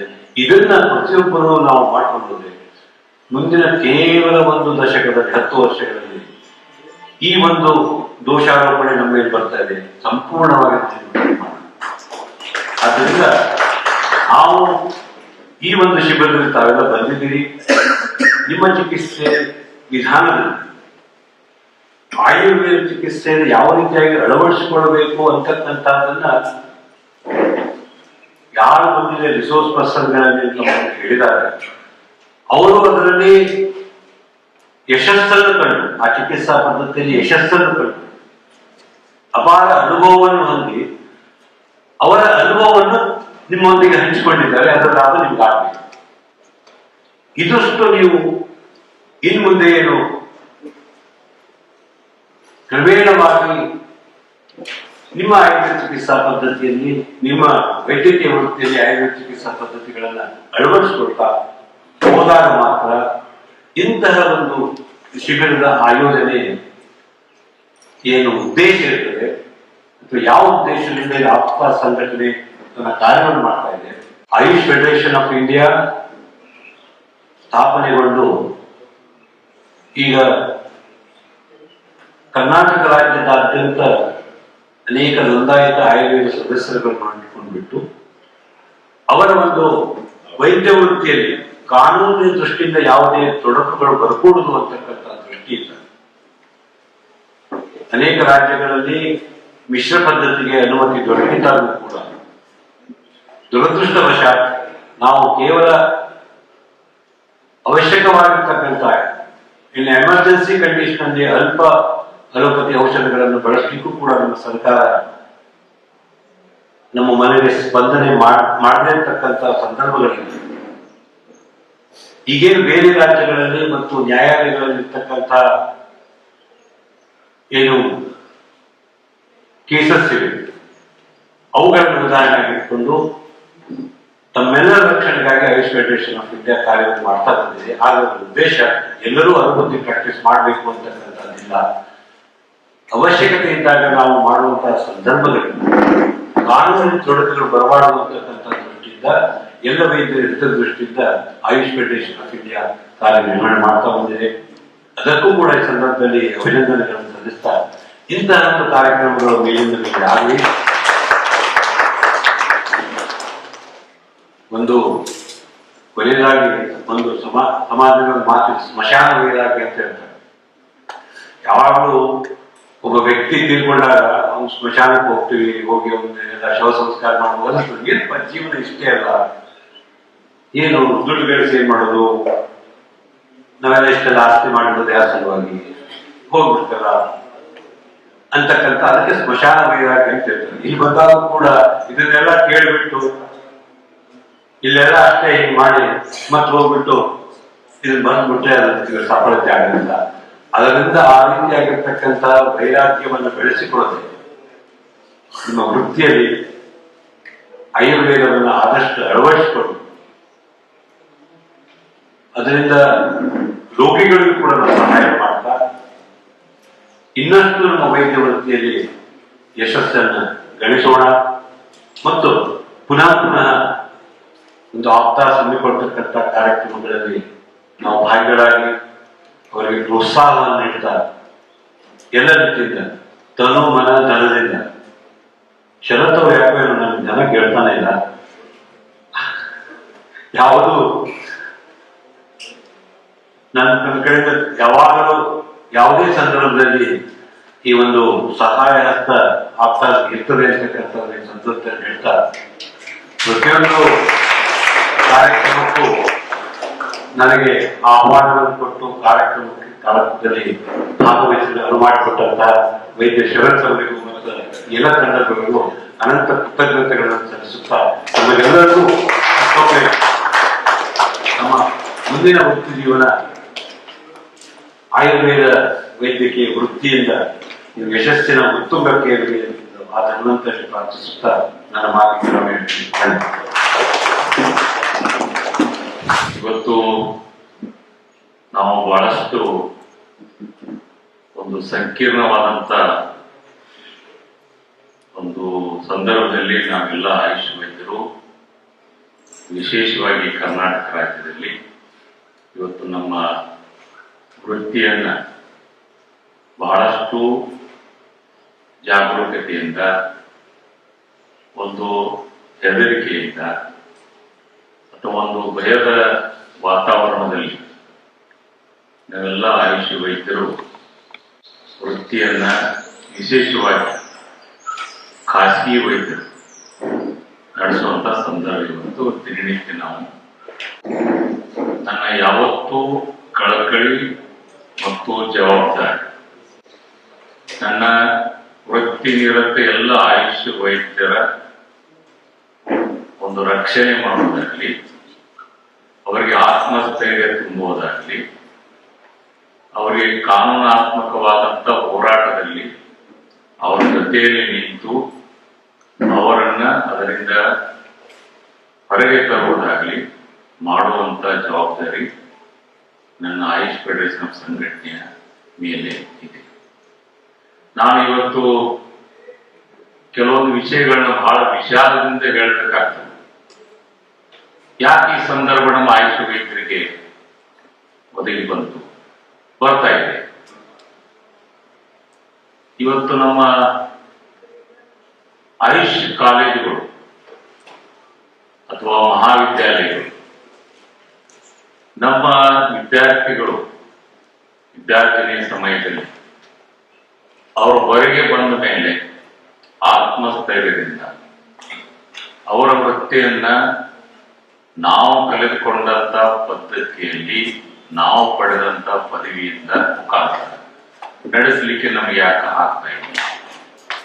ಆ ರೀತಿ ಅವರು ತಯಾರಿ ಮಾಡಿ ಹೊರಗೆ ಕಳಿಸುವಂತ ಜವಾಬ್ದಾರಿ ಆಯುಷ್ ಮಹಾವಿದ್ಯಾಲಯಗಳ ಮೇಲೆ ಇರಬೇಕು, ಅದು ಇರಲೇಬೇಕು ಅನ್ನುವಂಥದ್ದು ಮಾತು ಸ್ಪಷ್ಟ. ಇವತ್ತು ವೈದ್ಯ ಶರದ್ ಅವರು ತಮ್ಮ ಈ ಒಂದು ವಿಷಯವನ್ನು ತಿಳಿದುಕೊಂಡು ನಮ್ಮ ವೈದ್ಯರಿಗೆ ತರಬೇತಿ ನಮ್ಮ ಪದ್ಧತಿಯಲ್ಲಿ ಕೊಡಬೇಕನ್ನುವಂತಹ ದೃಷ್ಟಿಯಿಂದ ದಿನನಿತ್ಯದ ನಮ್ಮ ವೃತ್ತಿಯಲ್ಲಿ ನಮ್ಮ ಪದ್ಧತಿಯಲ್ಲಿ ಚಿಕಿತ್ಸೆಯನ್ನ ನಾವು ಆತ್ಮಸ್ಥೈರ್ಯದಿಂದ ಕೊಡುವಂತಹ ದೃಷ್ಟಿಯಿಂದ ತಮ್ಮನ್ನ ದೃಢಬಲಗೊಳಿಸುವಂತ ದೃಷ್ಟಿಯಿಂದ ಶಿಬಿರ ಈ ಕೆಲಸ ನಮ್ಮ ಆಯುರ್ವೇದ ಮಹಾವಿದ್ಯಾಲಯಗಳು ಮಾಡಿ ಇವತ್ತು ಇಷ್ಟೊಂದು 4 ದಿನಗಳನ್ನ ತಮ್ಮ ಖಾಸಗಿ ವೃತ್ತಿಯನ್ನು ಬಿಟ್ಟು ಈ ಒಂದು ಶಿಬಿರದಲ್ಲಿ ತಾವು ಭಾಗಿಯಾಗಿದ್ದೀರಂದ್ರೆ ತಮಗೆ ಬಹಳಷ್ಟು ನಮ್ಮ ಪದ್ಧತಿಯಲ್ಲಿ ಚಿಕಿತ್ಸೆ ಕೊಡಬೇಕಂತ ಅನ್ನುವಂತ ಒಂದು ವಿಚಾರ ತಮ್ಮ ಮನಸ್ಸಿನಲ್ಲಿ ಬಲವಾಗಿ ಬಂದಿದೆ. ಹ್ಯಾಂಗ ಕೊಡ್ಬೇಕು ಅನ್ನೋದ್ರ ಬಗ್ಗೆ ನಮಗೆ ಕನ್ಫ್ಯೂಷನ್ ಇದೆ. ಯಾಕಂದ್ರೆ ಅದು ನಾವು ಕಲ್ಕೊಂಡು ಹೊರಗೆ ಬಂದಿಲ್ಲ. ಈಗ ನಾವು ಕಲಿಯಾಕ ನಮ್ಗೆ ಸಿಗ್ತೈತಲ್ಪ, ಸಿಕ್ಕರೆ ನಾವು ಹೊರಗೆ ಬಂದ ಗೌರವದಿಂದ ನಮ್ಮ ವೃತ್ತಿಯನ್ನ ನಾವು ನಡೆಸಬಹುದಲ್ಪ ಅನ್ನೋ ದೃಷ್ಟಿಯಿಂದ ನಾವು ಈ ಶಿಬಿರದಲ್ಲಿ ಭಾಗಿಯಾಗಿದ್ದೀವಿ. ಯಾಕಂದ್ರೆ ಪ್ರತಿಯೊಬ್ಬ ವ್ಯಕ್ತಿಗೆ, ವೃತ್ತಿ ನಿರತ ವ್ಯಕ್ತಿಗೆ, ವಿಶೇಷವಾಗಿ ವೈದ್ಯರಿಗೆ ಸಮಾಜದಲ್ಲಿ ಗೌರವ ಅನ್ನುವಂಥದ್ದು ಬಹಳ ಮುಖ್ಯ. ಆ ಗೌರವವನ್ನ ನಾವು ಪ್ರಾಕ್ಟೀಸ್ ಮಾಡುವಂತ ಒಂದು ಏರಿಯಾದೊಳಗೆ ಕಳ್ಕೊಂಡಿವಂದ್ರೆ ಆ ಗೌರವ ಕಳ್ಕೊಂಡ್ಮೇಲೆ ನಮ್ಗೆ ಯಾರು ಮಾನ್ಯತೆ ಕೊಡೋದಿಲ್ಲ. ಇವತ್ತು ಪ್ರತಿನಿತ್ಯ ನಮ್ಮ ಆಯುಷ್ ವೈದ್ಯರು ಕರ್ನಾಟಕ ರಾಜ್ಯದಲ್ಲಿ ಹಲವಾರು ರೀತಿಯಿಂದ ಶೋಷಣೆಗೆ ಒಳಗಾಗಿ ಅವಮಾನಿತರಾಗುವಂತದ್ದನ್ನು ನಾವು ದಿನನಿತ್ಯ ಮಾಧ್ಯಮಗಳಲ್ಲಿ ನೋಡ್ತಾ ಇದ್ದೀವಿ. ಒಬ್ಬ ಯಾವ ಪ್ರಶ್ನೆ ಬರ್ತಾನ, ನೀ ಆಯುರ್ವೇದ ಕಲ್ತಿ ಅಲೋಪತಿ ಚಿಕಿತ್ಸೆ ಯಾಕೆ ನಿನ್ನಲ್ಲಿ ಇದೇ ಯಾಕೈತೆ ಅದೇ ಯಾಕೈತೆ ಅಂತ ಕೇಳ್ತಾನ. ಮತ್ತೊಬ್ಬ ಬರ್ತಾನ, ಮತ್ತೊಂದು ಸಂಘಟನೆ ಮತ್ತೊಂದು ಕೇಳ್ತಾನ. ಅವನ ನಿವೃತ್ತರಾಗುವಂತ ಸಂದರ್ಭ ನಮ್ಮ ವೈದ್ಯರಿಗೆ ಬರ್ತದೆ. ಅದು ಆಗಬಾರದು ಅನ್ನುವಂಥದ್ದು ಉದ್ದೇಶ ನಮ್ಮ ಆಯುಷ್ ಫೆಡರೇಷನ್ ಕಳಕಳಿ. ಅದಕ್ಕೆ ಶರದ್ ಅವರು ಈ ಒಂದು ಕಾರ್ಯಕ್ರಮ ಹಮ್ಮಿಕೊಳ್ತೀನಿ ಅಂತಂದಾಗ ನಾವು ಸಂತೋಷದಿಂದ ಅವರಿಗೆ ಆಯುಷ್ ಫೆಡರೇಷನ್ ಆಫ್ ಇಂಡಿಯಾ ಬೆಂಬಲವಾಗಿ ನಿಂತು ಯಾವುದೇ ರೀತಿಯಿಂದ ಸಹಾಯ ಅವರಿಗೆ ಕೊಟ್ಟು ಇದು ಕಾರ್ಯಕ್ರಮ ನೀವು ಆರಂಭ ಮಾಡ್ರಿ ಅನ್ನುವಂಥ ದೃಷ್ಟಿಯಿಂದ this is a pilot programme of Ayush Federation of India Karnataka to begin with the training of Ayush practitioners in our Karnataka state. This pilot program, I will assure you, this pilot program will be carried throughout the state, in every corner of the state. ಬೇರೆ ಬೇರೆ ವಿಭಾಗಗಳಲ್ಲಿ ಇಂಥ ಒಂದು training ಅನ್ನ ನಾವು ಆಪ್ತಾಸ್ Ayurveda foundation ಜೊತೆಯಲ್ಲಿ ಸೇರಿ AYUSH federation of India ಬೇರೆ ಬೇರೆ ವಿಭಾಗದಿಂದ ಆಯೋಜನೆಯಿಂದ 3 ದಿನಗಳಲ್ಲಿ ನಾವು ಮಾಡುವಂತ ಯೋಜನೆಯನ್ನ ಹಾಕಿಕೊಂಡಿದ್ದೀವಿ. ಇವತ್ತು ನೋಡಿ ಬಹಳ ನಮಗ ಖುಷಿ ಅನಿಸ್ತದೆ. ರಾಯಚೂರಿನಿಂದ ಬಂದಿದ್ದಾರೆ, ಬಾಗಲಕೋಟೆ ಜಿಲ್ಲೆಯಿಂದ ಬಂದಿದ್ದಾರೆ, ಇನ್ನು ಬಹಳ ದೂರ ಜಿಲ್ಲೆಗಳಿಂದ ಈ ಒಂದು ಕಲಿಯುವಂತ ಹಸುವನ್ನು ಇಟ್ಕೊಂಡು ಬಂದಿದ್ದಾರೆ ಮತ್ತು ತಮಗೆ ಆಗ್ತಕ್ಕಂತ ತೊಂದರೆಗಳು ಅವಮಾನಗಳನ್ನ ಹೊರಗೆ ಬರುವಂತ ದೃಷ್ಟಿಯಿಂದ ಇಲ್ಲಿ ಭಾಗಿಯಾಗಿದ್ದಾರೆ. ಅವ್ರ ಬಗ್ಗೆ ನನಗೆ ಬಹಳ ಅಭಿಮಾನ ಮತ್ತು ಗೌರವ ಅನಿಸ್ತದೆ. ಅದಕ್ಕೋಸ್ಕರ ಈ ಸಂಘಟನೆ ಮುಖಾಂತರ, ಆಯುಷ್ ಫೆಡರೇಷನ್ ಆಫ್ ಇಂಡಿಯಾ ಸಂಘಟನೆ ಮುಖಾಂತರ ಹಲವಾರು ಸಂಕಷ್ಟಗಳನ್ನ ನಾವು ಎದುರಿಸಿದ್ದೀವಿ. ಹಲವಾರು ವೈದ್ಯರನ್ನ ಕಾನೂನಿನ ತೊಡಕಿನಿಂದ ನಾವು ಹೊರಗೆ ತಂದಿದ್ದೇವೆ ಅಂತ ಒಂದು ಅಭಿಮಾನ, ಒಂದು ಹೆಮ್ಮೆ ನನಗಿದೆ. ಅದಕ್ಕೋಸ್ಕರ ನಾನು ವೈದ್ಯರಲ್ಲಿ ಕಳಕಳಿ ವಿನಂತಿ ಮಾಡ್ಕೊಳ್ಳೋದು ಇಷ್ಟೇ, ಇಂಥ ಕಾರ್ಯಕ್ರಮಗಳು ನಮಗೋಸ್ಕರವಾಗಿ ಇರುವಂತದ್ದಿದ್ದಾಗ ನಾವು ಹೆಚ್ಚಿನ ಸಂಖ್ಯೆಯಲ್ಲಿ ಭಾಗಿಯಾಗಬೇಕು ಮತ್ತು ನಾವು ರಾಜ್ಯ ಮಟ್ಟದ ಸಮಾವೇಶಗಳನ್ನ, ಕಾನ್ಫರೆನ್ಸ್ಗಳನ್ನ ಮಾಡಿದಾಗ ನಾವು ಅದರಲ್ಲಿ ಭಾಗಿಯಾಗುವುದರ ಮೂಲಕ ಹೆಚ್ಚಿನ ಒಂದು ಸಂಘಟನಾತ್ಮಕ ಶಕ್ತಿಯನ್ನು ನಾವು ತೋರಿಸುವುದಾದ್ರೆ ನಮ್ಮ ಬೇಡಿಕೆಗಳನ್ನು ಈಡೇರಿಸಿಕೊಳ್ಳಿಕ್ಕೆ ನಮ್ಗೆ ಸಾಧ್ಯ ಆಗ್ತದೆ. ಯಾಕಂದ್ರೆ ನಮಗೀಗ ಹೊಟ್ಟೆ ಕಡೆ ಆಗತ್ತಿದ್ಮೇಲೆ ನಾವು ಅಜವಾಣ ತಿನ್ಬೇಕು. ಬೇರೆಯವ್ರ ಅಜವಾಣ ತಿಂದ್ರೆ ಹೊಟ್ಟೆ ನೋವು ಶಮನ ಆಗುದಿಲ್ಲ. ಈಗ ನಮ್ಮ ಹೊಟ್ಟೆ ಕಡೆ ಆಗತ್ತೈತಿ. NCIS ಎಂದವರು, national commission for Indian system of medicine, ಒಂದು ಗೆಜೆಟ್ ಅನ್ನು ಪಾಸ್ ಮಾಡಿದ್ದಾರೆ 2022-23ರಲ್ಲಿ. ಆ ಒಂದು ಗೆಜೆಟ್ ನಲ್ಲಿ ಏನ್ ಹೇಳಿದೆ ಅಂದ್ರೆ, ಏನೊಂದು ಸಿಲೆಬಸ್ ಇವತ್ತು ನಮ್ಮ ಆಯುಷ್ ವೈದ್ಯರಿಗೆ ಕೊಡಮಾಡಿದೆ, ಅದು ಕರಿಕ್ಯುಲಮ್ ಅಂತ ಏನಂತೀವಿ ಸಿಲೆಬಸ್, ಅದರಲ್ಲಿ 60% ಆಯುರ್ವೇದ ವಿಷಯಗಳ ಮೇಲೆ ಬೋಧನೆ ಮಾಡುವಂಥದ್ದಿದೆ. 40% modern advances in the field of medicine ಅಂತಿದೆ. modern advances are not restricted to any system of medicine. There is advancement in the medicine. That may be Ayurveda, that may be allopathy, that may be homeopathy, any other system. ಆ advances ಅನ್ನ syllabus ಅಳವಡಿಸಿಕೊಂಡು ಅದನ್ನ gazette notification ಮುಖಾಂತರ ದೇಶದಾದ್ಯಂತ ಜಾರಿ ಆಗಲಿಕ್ಕೆ ಅವರು gazette ಹೊರಡಿಸಿದ್ದಾರೆ. ಆದರೆ ಆರೋಗ್ಯ ಮತ್ತು ಶಿಕ್ಷಣ ಎರಡೂ ಆಯಾ ರಾಜ್ಯಗಳ ವ್ಯಾಪ್ತಿಗೆ ಬರುವುದರಿಂದ ಈ ಒಂದು ಗೆಜೆಟ್ ಅನ್ನು ಆಧಾರ ಮಾಡಿಕೊಂಡು ಆಯಾ ರಾಜ್ಯ ಸರ್ಕಾರಗಳು ಅದನ್ನ ನೋಟಿಫಿಕೇಶನ್ ಮಾಡುವ ಮೂಲಕ ಅದನ್ನ ಅಡಾಪ್ಟ್ ಮಾಡ್ಕೋಬೇಕಾಗ್ತದೆ. ಅದನ್ನ ಅಡಾಪ್ಟ್ ಮಾಡ್ಕೊಳ್ಳದೆ ಹೋದ್ರೆ ನಮಗೆ ಕಾನೂನಾತ್ಮಕವಾದಂತಹ ರಕ್ಷಣೆ ಸಿಗುವಂಥದ್ದು ಕಷ್ಟ. ಆ ಒಂದು ದಿಶೆಯಲ್ಲಿ ನಾವು ಸರ್ಕಾರದೊಂದಿಗೆ ನಿರಂತರ ಹೋರಾಟ ನಮ್ಮ ಸಂಘಟನೆ ಮಾಡ್ತೇವೆ. ಹಲವಾರು ನಮ್ಮ ಮೀಟಿಂಗ್ಗಳು ಮಾನ್ಯ ಆರೋಗ್ಯ ಮಂತ್ರಿಗಳು, ಆಮೇಲೆ secretary of health and family welfare, ನಮ್ಮ ಕಮಿಷನರ್, ಇವರೆಲ್ಲರ ಜೊತೆಲಿ ನಮ್ಮ ಸಂಘಟನೆಯ ಮೀಟಿಂಗ್ಗಳು ಹಲವಾರು ಸಲ ಆಗಿದೆ. ಇವತ್ತು ಇಲ್ಲೇನೊಂದು ಕಾನೂನು ತೊಡಕಿದೆ ಅಂದ್ರೆ ಜಾರಿಗೆ ಸದ್ಯ ತರಲಿಕ್ಕೆ ನಮ್ದೇನ್ KFP ಬೋರ್ಡ್ ಇದೆ. ಈ ಗೆಜೆಟ್ ನೋಟಿಫಿಕೇಶನ್ ಆಗಬೇಕಾದ್ರೆ Karnataka medical council for Indian system of medicine ಅನ್ನುವಂಥದ್ದು ಜಾರಿಗೆ ಬರಬೇಕಾಗಿದೆ. ಅಂದ್ರೆ ಹೆಂಗ ಕರ್ನಾಟಕ ಮೆಡಿಕಲ್ ಕೌನ್ಸಿಲ್ ಅಂತ KMC ಇದೆ, ಹಾಗೆ Indian system of medicine Karnataka medical council ಆಗಬೇಕಾದಂಥದ್ದು ಅನಿವಾರ್ಯತೆ ಇದೆ ಈ ಜಾರಿಗೆ ತರಬೇಕಾದ್ರೆ. ಇದಕ್ಕೋಸ್ಕರ ಅವರು ಈ ಬೋರ್ಡ್ ಡಿಸಾಲ್ವ್ ಮಾಡಬೇಕಾದ್ರೆ ಯಾವ ರೀತಿ ಅಡಾಪ್ಟ್ ಮಾಡಬೇಕು ಅನ್ನೋದಕ್ಕೆ ಡ್ರಾಫ್ಟ್ ತಯಾರಾಗ್ತಾ ಇದೆ. ಅದಕ್ಕೆ ಏನ್ ಇನ್ಪುಟ್ ಬೇಕು ಅದನ್ನೆಲ್ಲ ಆಯುಷ್ ಫೆಡರೇಷನ್ ಆಫ್ ಇಂಡಿಯಾ ನಮ್ಮ ಬೋರ್ಡಿಗೆ ಮತ್ತು ನಮ್ಮ ಕಮಿಷನರ್ ಆಫೀಸ್ಗೆ ನಾವೆಲ್ಲವೂ ಡಾಕ್ಯುಮೆಂಟ್ ಸಹಿತ ಅವ್ರು ಕೊಟ್ಟಿದ್ವಿ. ಅದು ಡ್ರಾಫ್ಟ್ ರೆಡಿ ಆಲ್ಮೋಸ್ಟ್ 80% ಆಗಿದೆ ಅಂತ ಹೇಳಿದ್ದಾರೆ. ಮೊನ್ನೆ ಬೆಳಗಾವಿಯಲ್ಲಿ ನಡೆದಂತ ಅಧಿವೇಶನದಲ್ಲಿ ಅದು ಟೇಬಲ್ ಆಗಬೇಕಾಗಿತ್ತು. ಆದ್ರೆ ಅವರು ಈ ಬರುವ ಬಜೆಟ್ ಅಧಿವೇಶನದಲ್ಲಿ ನಾವು ಅದನ್ನು ಟೇಬಲ್ ಮಾಡ್ತೇವೆ ಅಂತ ಮಾತನ್ನ ನಮ್ಮ ಕಮಿಷನರ್ ಆಫೀಸ್ನಿಂದ ನಮಗೆ ಮಾತು ಕೊಟ್ಟಿದ್ದಾರೆ. ಮತ್ತೆ ನಾವು ಈಗ ಬಜೆಟ್ ಅಧಿವೇಶನ ಟೈಮ್ನಲ್ಲಿ ಮತ್ತೆ ಬೆಂಗಳೂರಿಗೆ ಹೋಗಿ ಅದನ್ನ ನಾವು ಒತ್ತಾಯ ಮಾಡೋದಕ್ಕೆ, ಒಂದು ವೇಳೆ ಅದು ಟೇಬಲ್ ಆಯ್ತು ಅಂತಂದ್ರೆ ಆ ಟೇಬಲ್ ಆದ್ಮೇಲೆ ಕ್ಯಾಬಿನೆಟ್ ಅಪ್ರೂವಲ್ ತಗೊಂಡು ಅದನ್ನ ನೋಟಿಫಿಕೇಶನ್ ಮಾಡಿದ್ರೆ ಅಂತಂದ್ರೆ ಈ NCIC ಮತ್ತು ಗೆಜೆಟ್ ಯಥಾವತ್ ಜಾರಿಗೆ ಬರ್ತದೆ. ನಮ್ಮ ಬೇಡಿಕೆ ನಮ್ಮ ಭಿಕ್ಷೆ ಅಂತ ತಿಳ್ಕೊಂಡು ಸರ್ಕಾರದವರು ನಮ್ಗೆ ಅಲೋಪತಿ ಪ್ರಾಕ್ಟೀಸ್ ಮಾಡೋದು ಭಿಕ್ಷೆ ಕೊಡುವಂತದ್ದು ಪ್ರಮೇಯನ ಇಲ್ಲ. ಇದು ನಮ್ಮ ಹಕ್ಕು. ನಮ್ಮ ವಿದ್ಯಾರ್ಥಿಗಳು ತಮ್ಮ ಸಿಲೆಬಸ್ ನಲ್ಲಿ ಏನು ಓದ್ತಾರೆ, ಏನು NCIC ಸಿಲೆಬಸ್ ತಯಾರು ಮಾಡಿ ಆಯಾ ಕಾಲೇಜ್ಗಳಿಗೆ ಕೊಡ್ತಾರೆ, ಅದರ ಪ್ರಕಾರ ನಮ್ಮ ಗ್ರಾಜುಯೇಟ್ಸ್ಗಳು ಅದನ್ನ ಕಲಿತು ಹೊರಗೆ ಬರ್ತಾರೆ.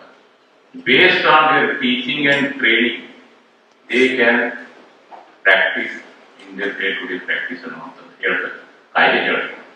ಅದಕ್ಕೋಸ್ಕರ ಈ ನೋಟಿಫಿಕೇಶನ್ ಮಾಡುವಂತ ದೃಷ್ಟಿಯಿಂದ ನಾವು ಹೋರಾಟ ಮಾಡ್ತೇವೆ. ಅದಕ್ಕೋಸ್ಕರ ಹೋದ ವರ್ಷ ಏಪ್ರಿಲ್ ನಲ್ಲಿ ನಾವು ಗ್ಲೋಬಲ್ ವೆಲ್ಬಿಂಗ್ ಕಾನ್ಫರೆನ್ಸ್ ಅನ್ನ ಆಯುಷ್ ಅವರ ಜೊತೆಯಲ್ಲಿ ಸೇರಿಕೊಂಡು ಸರ್ಕಾರದ ಗಮನ ಸೆಳೆಯುವಂತ ದೃಷ್ಟಿಯಿಂದ ಎಲ್ಲ ಸರ್ಕಾರದ ಆ ಇಲಾಖೆಯನ್ನು ಒಳಪಡಿಸಿಕೊಂಡ ಒಂದು ಕಾನ್ಫರೆನ್ಸ್ ನಾವು ಮಾಡಿ, ಅದೇ ತೆರನಾಗಿ ಈ ವರ್ಷ ಬರುವ ದಿನಗಳಲ್ಲಿ ಬರುವ ತಿಂಗಳಲ್ಲಿ ಈ ಗ್ಲೋಬಲ್ ವೆಲ್ಬಿಂಗ್ ಕಾನ್ಫರೆನ್ಸ್ ಅನ್ನುವಂಥದ್ದನ್ನ ನಾವು ಹಮ್ಮಿಕೊಳ್ಳೋದಿದೆ. ಈ ಗ್ಲೋಬಲ್ ವೆಲ್ಬಿಂಗ್ ಕಾನ್ಫರೆನ್ಸ್ ನಲ್ಲಿ ನಮ್ಮ ಕರ್ನಾಟಕ ರಾಜ್ಯದಲ್ಲಿ ಇರ್ತಕ್ಕಂಥ ಕನಿಷ್ಠ 20,000 ಆಯುಷ್ ವೈದ್ಯರು ಈ ಒಂದು ಕಾನ್ಫರೆನ್ಸ್ ನಲ್ಲಿ ಭಾಗಿಯಾಗುವುದರ ಮೂಲಕ ನಮ್ಮ ಶಕ್ತಿ ಪ್ರದರ್ಶನವನ್ನ ಸರ್ಕಾರಕ್ಕೆ ಮನದಟ್ಟು ಮಾಡಿ ನಾವು ಕೊಡಬೇಕಾಗಿದೆ. ನಾವು ಇವತ್ತಿನ ಈ ವಕ್ತಾರ ಜೊತೆಯಲ್ಲಿ ಸೇರಿಕೊಂಡು ಇದು ಮೊದಲನೇ ಕಾರ್ಯಕ್ರಮ ಅಂತಂದ್ರೆ ಈ ಕಾನ್ಫರೆನ್ಸ್ ಅನ್ನೋರೊಳಗಾಗಿ 10,008 ಕಾರ್ಯಕ್ರಮಗಳನ್ನ ಆಯುಷ್ ಫೆಡರೇಷನ್ ಆಫ್ ಇಂಡಿಯಾ ರಾಜ್ಯದ ಮೂಲೆಗಳಲ್ಲಿ ಮಾಡಿ ಸರ್ಕಾರಕ್ಕೆ ಅದನ್ನ ನಾವು ಒಂದು ಡೇಟಾ ಅಥವಾ ಒಂದು ಕಂಪೈಲ್ಡ್ ರಿಪೋರ್ಟ್ ಅನ್ನು ಸರ್ಕಾರಕ್ಕೆ ನಾವು ಸಲ್ಲಿಸ್ತಾ ಇದ್ದೀವಿ. ಯಾವ ರೀತಿ ನಮ್ಮ ವೈದ್ಯರು ಕರೋನಾ ಸಂದರ್ಭದಲ್ಲಿ ಗ್ರಾಮೀಣ ಭಾಗದಲ್ಲಿ ತಮ್ಮ ಜೀವಕ್ಕೆ ಒಂದು ಕುಂದು ಬಂದರೂ ಸಹಿತ ಎದಿಗುಂದರಿ ಜನರಿಗೆ ಸಹಾಯ ಮಾಡಿದ್ರು, ಅದೇ ತೆರನಾಗಿ ಇವತ್ತು ಆಯುಷ್ ವೈದ್ಯ ಪದ್ಧತಿಯನ್ನ ಪ್ರತಿಯೊಂದು ಜನರಿಗೂ ಸಾಮಾನ್ಯ ಮನುಷ್ಯನಿಗೂ ಸಹಿತ ಮುಟ್ಟುವ ರೀತಿಯಲ್ಲಿ ನಮ್ಮ ಆಯುಷ್ ವೈದ್ಯರು ಕೆಲಸ ಮಾಡ್ತಾ ಇದ್ದಾರೆ ಗ್ರಾಮೀಣ ಭಾಗದಲ್ಲಿ. ಅರ್ಬನ್ ಸ್ಲಮ್ ಏರಿಯಾದಲ್ಲಿ ಅನ್ನುವಂಥದ್ದನ್ನ ಸರ್ಕಾರಕ್ಕೆ ನಾವು ಮನದಟ್ಟು ಮಾಡಿಕೊಡುವಂತ ದೃಷ್ಟಿಯಿಂದ ಕಾರ್ಯಕ್ರಮಗಳನ್ನು ಹಮ್ಮಿಕೊಳ್ತಾ ಇದ್ದೇವೆ.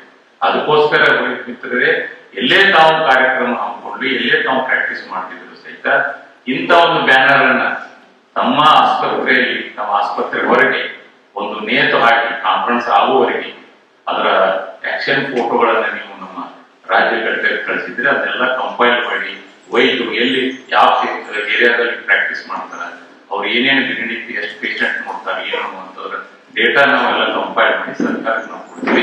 ಇದರಿಂದ ಎಷ್ಟು ರೋಗಿಗಳಿಗೆ ನಮ್ಮ ಆಯುಷ್ ವೈದ್ಯರ ಸೇವೆ ಸಲ್ತಾ ಇದೆ ಅನ್ನುವಂಥದ್ದನ್ನ ಸರ್ಕಾರಕ್ಕೆ ಸಂಖ್ಯಾ ಒಂದು ನಾವು ಕೊಡ್ಲಿಕ್ಕೆ ನಮ್ಗೆ ಸಾಧ್ಯ ಆಗ್ತದೆ. ಆ ದೃಷ್ಟಿಯಿಂದ ತಾವು ಇದ್ರೊಳಗೆ ಸಕ್ರಿಯವಾಗಿ ಭಾಗಿಯಾಗಬೇಕು.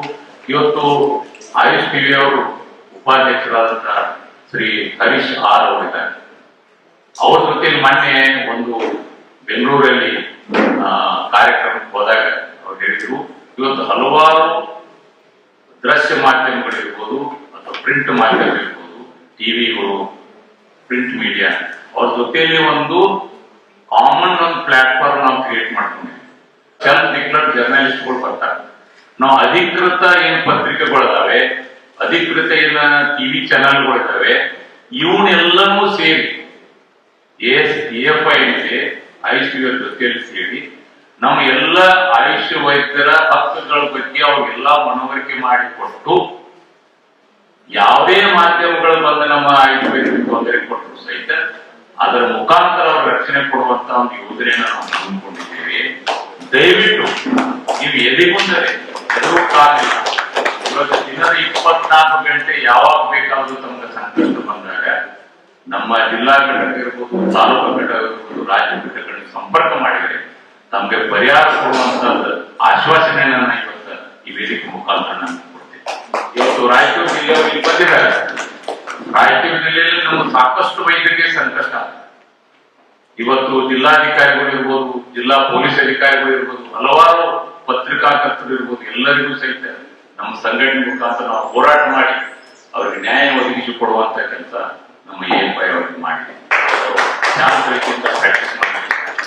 ದೊಡ್ಡಬಳ್ಳಾಪುರದಲ್ಲಿ, ಚಿಕ್ಕಬಳ್ಳಾಪುರದಲ್ಲಿ ಸಾಕಷ್ಟು ತೊಂದರೆ ಕೊಟ್ಟು ಪ್ರತಿಯೊಂದರಲ್ಲಿ ಸ್ವತಃ ನಾವೇ ಹೋಗಿ ನಿಂತು ಅವ್ರಿಗೆ ಮನವರಿಕೆ ಮಾಡಿಕೊಟ್ಟು ನಮ್ಮ ವೈದ್ಯರಿಗೆ ರಕ್ಷಣೆ ಕೊಡುವಂತ ಕೆಲಸ ಮಾಡಿ.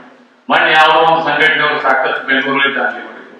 ಅದನ್ನು ಸಹಿತ ವ್ಯವಸ್ಥಿತವಾಗಿ ನಾವು ಎದೆಗೊಂದದೆ ನಿಗ್ರಹಿಸಿ ಅವರೆಲ್ಲರಿಗೂ ಸಹಿತ ರಕ್ಷಣೆ ಕೊಡುವಂತ ಕೆಲಸ ನಮ್ಮ ಆಯುಷ್ ಫೆಡರೇಷನ್ ಮಾಡಿ. ಅದೇ ದಕ್ಷಿಣ ಕನ್ನಡದಲ್ಲಿ ಒಬ್ಬ ಸೋಕಾಡ ಪತ್ರಿಕಾಕರ್ತನ ಜೈಲಿಗೆ ಹಾಕಿದ್ರು. ಇವತ್ತು ನಾವು ಜಾಮೀನ್ ಮೇಲೆ ಇದ್ದಾನೆ, ಕೋರ್ಟಿಗೆ ಹೋರಾಟ ಮಾಡ್ತಾನೆ. ರಾಯಚೂರು ಜಿಲ್ಲೆಯಲ್ಲಿ ಆ ಮನುಷ್ಯ ಗಡಿಪಾರಾಗಿದ್ದಾನೆ. ಇವತ್ತು ಗಡಿಪಾರ ಮಾಡಿದ್ವಿ ನಾವು ಕಾನೂನಾತ್ಮಕವಾಗಿ. ಅದಕ್ಕೆ ನಾವು ಎದೆಗುಂದೋದು ಬೇಡ. ಆದರೆ ಈ ಒಂದು ಗೆಜೆಟ್ ನೋಟಿಫಿಕೇಶನ್ ಆಗುವವರೆಗೆ ನಾವು ಕಾನೂನಾತ್ಮಕವಾಗಿ ಇನ್ನ ಸುರಕ್ಷತೆಯಲ್ಲಿ ಇಲ್ಲ. ಅದಕ್ಕೋಸ್ಕರ ನಮ್ಮ ಶಕ್ತಿಯನ್ನ ಪ್ರದರ್ಶನ ಮಾಡೋಕ್ಕೋಸ್ಕರ ಬೆಂಗಳೂರಲ್ಲಿ ನಾವೇನು ಈ ಗ್ಲೋಬಲ್ ವೆಲ್ಬಿಂಗ್ ಕಾನ್ಫರೆನ್ಸ್ ಹಮ್ಮಿಕೊಳ್ಳೋದು, ದಯವಿಟ್ಟು ತಾವೆಲ್ಲರೂ ನೋಂದಣಿ ಮಾಡ್ರಿ, ದಯವಿಟ್ಟು ನೋಂದಣಿ ಮಾಡಿ ಅಲ್ಲಿ ಸಂಘಟನೆ ನಾವು ಶಕ್ತಿ ತೋರಿಸಿದ್ರೆ ನಾವು ಸರ್ಕಾರದ ಗಮನ ಸೆಳೆಯಲಿಕ್ಕೆ ಸಾಧ್ಯ ಇದೆ. ಅದಕ್ಕೋಸ್ಕರ ನಾವು ರಿಜಿಸ್ಟ್ರೇಷನ್ ಈಗ ಕಾನ್ಫರೆನ್ಸ್ ನನಗೆ ಬಂದಾಗ ಮಾಡ್ತೀನಿ ಅನ್ನುವಂತ ಭಾವನೆ ಇಟ್ಕೋಬೇಡ್ರಿ. ಈಗ ಕಾನ್ಫರೆನ್ಸ್ ರಿಜಿಸ್ಟ್ರೇಷನ್ ಲಿಂಕ್ ನಾವು ಕಳಿಸ್ತೀವಿ.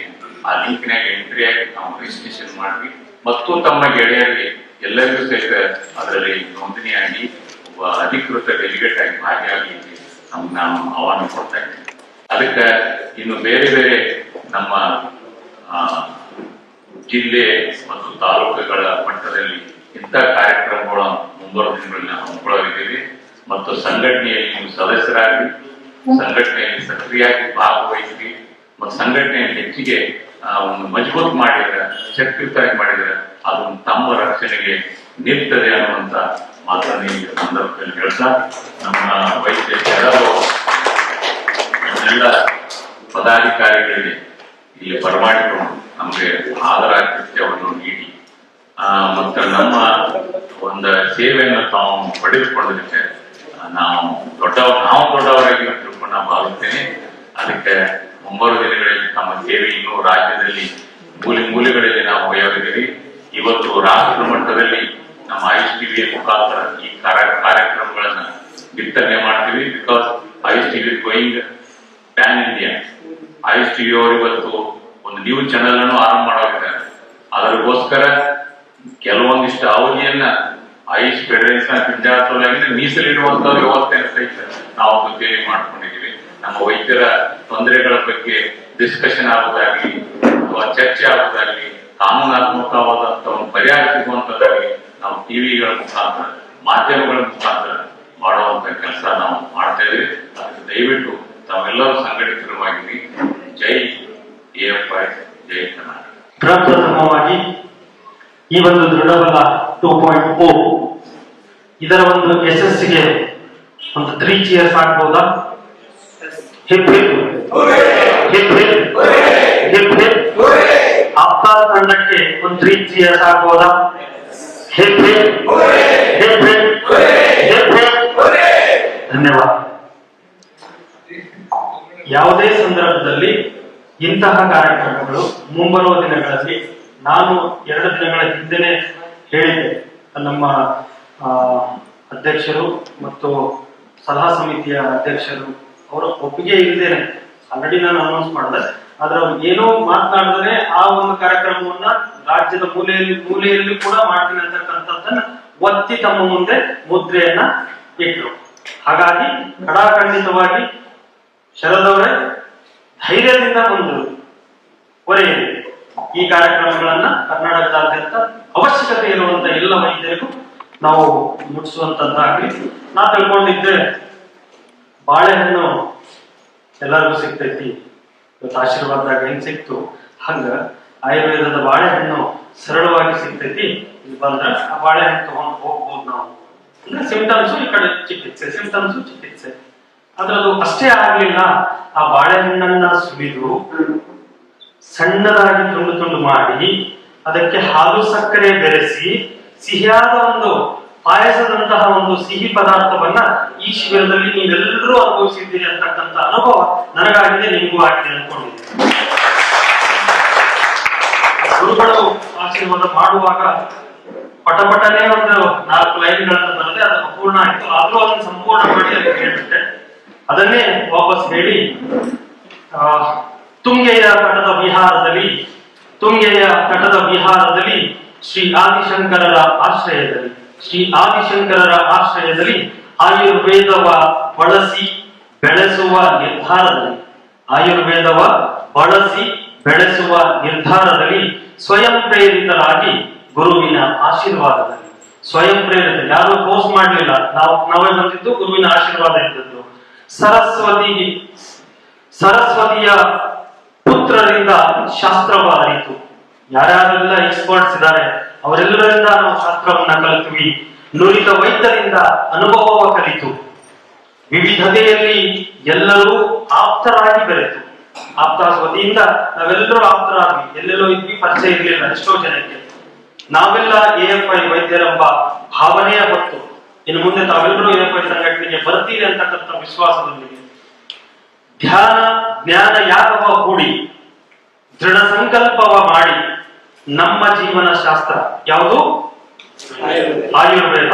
ನಮ್ಮ ಜೀವನ ಶಾಸ್ತ್ರದ ರೆಕ್ಕೆ ಪುಕ್ಕಗಳನ್ನ ಬಲಿಷ್ಠ ಮಾಡಿ, ಯಾಕಂದ್ರೆ ನಾವೀಗ ಎಲ್ಲ sort out all the wings, ಗತವೈಭವವನ್ನ ಮರಳಿ ಸ್ಥಾಪಿಸುವತ್ತ ಪುಟ್ಟ ಹೆಜ್ಜೆಯನ್ನಿತ್ತು.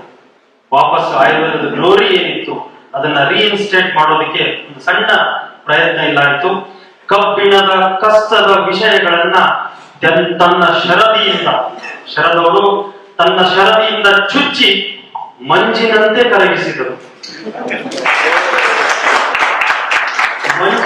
ಕರಗಿಸಿ ಸುಲಭವಾಗಿಸಿದರು. ಆತ್ಮವಿಶ್ವಾಸವ ಹೆಚ್ಚಿಸಿಕೊಂಡರು ಈ ನನ್ನ ವೈದ್ಯರು.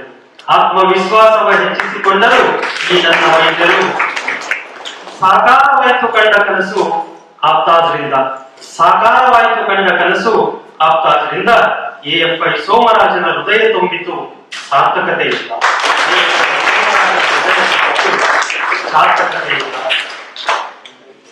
ಮತ್ತೊಮ್ಮೆ ಭಾರವಾದ ಹೃದಯದಿಂದ ಎಲ್ಲರೂ ನಾವು ಇಲ್ಲಿಂದ ಬರ್ತಾ ಇದ್ದೇವೆ. ಆದರೆ ನಾಳೆಯಿಂದ ಅದೇ ವಾಟ್ಸಪ್ ನಲ್ಲಿ ಪ್ರತಿದಿನ ನಾವು ಭೇಟಿಯಾಗೋಣ. Not with good morning good night messages, but ನಮ್ಮ ಒಂದು ವೃತ್ತಿಯಲ್ಲಿ ಬರತಕ್ಕಂತಹ ಹಲವಾರು ಚಾಲೆಂಜಸ್ ಗಳನ್ನ ಆಯುರ್ವೇದ ಮುಖಾಂತರ, ಆಯುರ್ವೇದ ಶಾಸ್ತ್ರದ ಮುಖಾಂತರ ನುರಿತ ವೈದ್ಯರ ಒಂದು ಸಲಹೆ ಸೂಚನೆಗಳನ್ನು ತೆಗೆದುಕೊಳ್ಳುವಂತ ಆ ಒಂದು ವಾಟ್ಸಪ್ ಗ್ರೂಪ್ ಅನ್ನ ನಾವು ಒಂದು ಅತ್ಯಂತ ಉಪಯುಕ್ತ ಗ್ರೂಪ್ ಆಗಿ ಮುಂದಿನ 1 ವರ್ಷದ ಕಾಲದಲ್ಲಿ ನಾವು ನುರಿತ ಪರಿಣಿತ ಆಯುರ್ವೇದವನ್ನೇ ಮಾಡುವಂತಹ ವೈದ್ಯರ ಆಗಿ ಸಮಾಜದಲ್ಲಿ ತಲೆ ಎತ್ತಿ ನಾವು ನಮ್ಮ ಶಾಸ್ತ್ರವನ್ನ ಉಳಿಸುತ್ತಾ ನಮ್ಮ ಗೌರವವನ್ನು ಕಾಪಾಡಿಕೊಳ್ಳುವ ನಿಟ್ಟಿನಲ್ಲಿ ಹೆಜ್ಜೆ ಇಡತಕ್ಕಂತ ಒಂದು ಪ್ರಾರಂಭವನ್ನ, ಪಯಣವನ್ನ ಇಲ್ಲಿಂದ ಹೊರಡುವಾಗ ಮಾಡೋಣ. ಅವಕಾಶಕ್ಕಾಗಿ ಧನ್ಯವಾದಗಳು. ಎಲ್ಲರಿಗೂ ಪ್ರತಿಯೊಂದು ತಂಡದವರಿಗೆ ಅಭಿನಂದನೆಗಳನ್ನ ಈ ಸಂದರ್ಭದಲ್ಲಿ ನಾನು ಸಲ್ಲಿಸ್ತಾ ಇದ್ದೇನೆ. ಇವತ್ತು ಕೇಂದ್ರ ಸರ್ಕಾರದವರು ಈ ವರ್ಷದ ಬಜೆಟ್ ನಲ್ಲಿ ಆಯುಷ್ ವಿಭಾಗಕ್ಕೆ 10,000 ಕೋಟಿ ಬಜೆಟ್ ಅನ್ನು ಮೀಸಲಾಗಿಟ್ಟಿದ್ದಾರೆ. ಇದು ಒಂದು ಚಾಲೆಂಜ್ ನಮ್ಮೆಲ್ಲ ಆಯುಷ್ ವೈದ್ಯರ ಮೇಲಿದೆ. ಇವತ್ತು ವಿಶೇಷವಾಗಿ ಕರಾವಳಿ ಭಾಗದಲ್ಲಿ, ಗೋವಾದಲ್ಲಿ, ಇನ್ನು ಕರ್ನಾಟಕದ ಹಲವಾರು ಕರಾವಳಿ ಭಾಗದಲ್ಲಿ ವಿದೇಶದಿಂದ ಸಾಕಷ್ಟು ಪ್ರವಾಸಿಗರು ಈ ಆಯುರ್ವೇದ ವೈದ್ಯ ಪದ್ಧತಿಯಲ್ಲಿ ಚಿಕಿತ್ಸೆ ಪಡಲಿಕ್ಕೆ ಬರ್ತಾ ಇದ್ದಾರೆ. ಇದನ್ನ ನಾವು ಎಕ್ಸ್ಪ್ಲೋರ್ ಮಾಡಲಿಕ್ಕೆ ಸಾಧ್ಯ ಇದೆ. ಆ ಒಂದು ವೈಜ್ಞಾನಿಕ ದೃಷ್ಟಿಯಿಂದ, ವೈಜ್ಞಾನಿಕ ರೀತಿಯಲ್ಲಿ ನಾವು ವ್ಯವಸ್ಥಿತವಾದಂತಹ ಚಿಕಿತ್ಸೆಯನ್ನ ಹೊರದೇಶಗಳಿಂದ ಬಂದಂತ ರೋಗಿಗಳಿಗಾಯ್ತು ಅಥವಾ ನಮ್ಮ ಭಾಗದಲ್ಲಿರ್ತಕ್ಕಂಥ ರೋಗಿಗಳಿಗೆ ಚಿಕಿತ್ಸೆ ಕೊಡುವಂತ ಅವಕಾಶ ನಮಗೆ ಇದೆ. ಅದು ಮಾನ್ಯತೆಯನ್ನ ಕೇಂದ್ರ ಸರ್ಕಾರ ಕೊಡಮಾಡ್ತಾ ಇದೆ. ಅದರ ವೆಲ್ಬೀಯಿಂಗ್ ಸೆಂಟರ್ಸ್ ಅಂತೇಳಿ ಎಲ್ಲ ಕಡೆ ಮಾಡುವಂಥದ್ದು. ಇನ್ನು ಇನ್ನೊಂದು ವಿಚಾರ, ನಮ್ಮ AYUSH federation of India, AYUSH TV ಜೊತೆಯಲ್ಲಿ ಸೇರಿ ಕರ್ನಾಟಕ ರಾಜ್ಯದಲ್ಲಿ ಸೌಹಾರ್ದ ಸಂಸ್ಥೆಗಳು 6,000 ಸಂಸ್ಥೆಗಳು ಇವತ್ತು ಒಂದು ಸಂಘಟನೆಯನ್ನು ಅವರು ಮಾಡಿದ್ದಾರೆ. ಅವರ ಜೊತೆಯಲ್ಲಿ ನಮ್ಮದು ಒಂದು ಒಡಂಬಡಿಕೆ ಆಗಿದೆ. ಆ ಒಡಂಬಡಿಕೆ ಏನಂತಂದ್ರೆ, ಯಾರು ಆಯುರ್ವೇದ ಚಿಕಿತ್ಸೆಯನ್ನ, ಆಯುಷ್ ಪದ್ಧತಿಯಲ್ಲಿ ಚಿಕಿತ್ಸೆಯನ್ನ ಯಾವುದೇ ವೈದ್ಯರಿಂದ ಅವರು ಪಡೆದದ್ದಾದ್ರೆ ಅವರಿಗೆ ಹಣಕಾಸಿನ ನೆರವನ್ನು ಕೊಡೋದಾಗ್ಲಿ, ರಿಎಂಬರ್ಸ್ಮೆಂಟ್ ಆಫ್ ದಿ ಟ್ರೀಟ್ಮೆಂಟ್ ಕೊಡೋದಾಗ್ಲಿ ಆ ಸೌಹಾರ್ದ ಸಂಸ್ಥೆಗಳು ತಮ್ಮ ಗ್ರಾಹಕರಿಗೆ, ತಮ್ಮ ಸದಸ್ಯರಿಗೆ ಕೊಡುವಂತದ್ದು ಮಾಡ್ತಾ ಇದ್ದಾರೆ. ಅದಕ್ಕೆ ಆ ಒಂದು ದಿಶೆಯಲ್ಲಿ ತಾವೆಲ್ಲರೂ ಹೆಚ್ಚು ಈ ಸೌಲಭ್ಯಗಳನ್ನ ಪಡೆದು ನಮ್ಮ ವೃತ್ತಿಯನ್ನ ನಾವು ಹೆಚ್ಚಿಗೆ ಸಶಕ್ತಗೊಳಿಸುವಂತ ಅವಕಾಶ ನಮಗೆ. ಅದಕ್ಕೋಸ್ಕರ ಇಂಥ ಶಿಬಿರದಲ್ಲಿ ಭಾಗಿಯಾಗಿ ನಮ್ಮ ಜ್ಞಾನವನ್ನು ಹೆಚ್ಚು ನಾವು ಮಾಡಿಕೊಂಡು ಈ ಪಾಸಿಬಿಲಿಟೀಸ್ ಎಲ್ಲರೂ ಎಕ್ಸ್ಪ್ಲೋರ್ ಮಾಡಿಕೊಳ್ಳುವಂತ ದೃಷ್ಟಿಯಿಂದ ನಾವು ಯುವ ವೈದ್ಯರು ವಿಶೇಷವಾಗಿ ಎಲ್ಲ ಕಾರ್ಯಕ್ರಮ ನಂಬ್ಕೋಬೇಕಂತ ಸಂದರ್ಭದಲ್ಲಿ ಇವರು ನಮ್ಮ ಆಯುರ್ಗ್ರಾಮ ಫಸ್ಟ್ ಏನಾಗಿತ್ತು ಸರ್, ಅದರ ವಿನ್ನರ್ಸ್ ಗೌರ್ಮೆಂಟ್ ಆಯುರ್ವೇದ ಮೆಡಿಕಲ್ ಕಾಲೇಜಲ್ಲಿ 10 ಜನ ಟೀಮ್ ಮಾಡ್ಕೊಂಡು ಇವರು ಒಂದು ಹಳ್ಳಿಯಲ್ಲಿ ಕೆಲಸ ಮಾಡಿ ವಿನ್ ಆದ್ರು. ಅವ್ರು ಅಲ್ಲಿಗೆ ಟೀಮ್ ಬಿಡಬಹುದಿತ್ತು, ನಿಲ್ಲಿಸಲಿಲ್ಲ. ಇದೇ 10 ಜನ ಅಲ್ಲಿ ಒಂದು ಅಳವಡಿಸಿಕೊಂಡಂತಹ ಜೀವನ ಪದ್ಧತಿಯನ್ನು ಇಟ್ಕೊಂಡು ಸಂಹಿತೆಗಳನ್ನು ಓದ್ತಾ ಅವ್ರು ಹೀಗೆ ಕಂಟಿನ್ಯೂ ಮಾಡಿ ತಮ್ಮದೇ ಒಂದು ತಂಡವನ್ನ ಕಟ್ಕೊಂಡು ವಿಸಂದ ವೈದ್ಯಾಸ್ ಅಂತ ಹೇಳಿ ಅವ್ರು ಮಾಡ್ಕೊಂಡು 10 ಜನ ಕೂಡ ಆಯುರ್ವೇದನೆ ಮಾಡ್ಬೇಕು ಅಂತ ಹೇಳಿ ಅವರು ಸ್ಟಾರ್ಟ್ ಮಾಡಿದ್ರು. ಈಗ ಬೆಂಗಳೂರಿನಲ್ಲಿ ಅವ್ರದ್ದೊಂದು ಬೇರೆ ಕ್ಲಿನಿಕ್ ಅನ್ನ ಅವರು ಟೇಕ್ ಓವರ್ ಮಾಡಿ ಅಲ್ಲಿ ಒಂದು ಹತ್ರ ಪಾರ್ಕ್ ಇದೆ. ಸೊ ಪ್ರತಿ ವಾರ ಅಲ್ಲಿ ಕ್ಯಾಂಪ್ ಮಾಡ್ತಾರೆ, ಯೋಗವನ್ನು ಹೇಳ್ಕೊಡ್ತಾರೆ, ಮೆಡಿಕಲ್ ಕ್ಯಾಂಪ್ ಮಾಡ್ತಾರೆ. ನೋಡಿ, ಈ ಒಂದು ಸಣ್ಣ ವಯಸ್ಸಿನಲ್ಲಿ ಇಷ್ಟೆಲ್ಲ ಮಾಡ್ತಾರೆ ಅಂದ್ರೆ ನನಗೆ ಅದೇ ಮೋಟಿವೇಶನ್. ಯಾಕಂದ್ರೆ ನಾವು ಮಾಡುವಂತಹ ಒಂದು ಸಣ್ಣ ಕಾರ್ಯಕ್ರಮ ಇಷ್ಟು ಇಂಪ್ಯಾಕ್ಟ್ ಆಗುತ್ತೆ ಅಂತ ಹೇಳಿ ಅವರನ್ನ ಕರೆಸಿದ್ವಿ. ಅವರಿಗೆ ನಾವು ಸನ್ಮಾನ ಮಾಡಿಲ್ಲ, ಅವರು ಕೇವಲ ಅಲ್ಲಿ ಅವರ ಒಪಿನಿಯನ್ ಅನ್ನ ಹಂಚ್ಕೊಂಡಿದ್ರು. ದಯವಿಟ್ಟು ವೇದಿಕೆಗೆ ಬಂದು ನಮ್ಮ ಆಪ್ತಾಸ್ ತಂಡದ ಒಂದು ಗೌರವ ಕಾಣಿಕೆಯನ್ನ ರಿಸೀವ್ ಮಾಡಬೇಕು. ದಯವಿಟ್ಟು ವೇದಿಕೆಗೆ.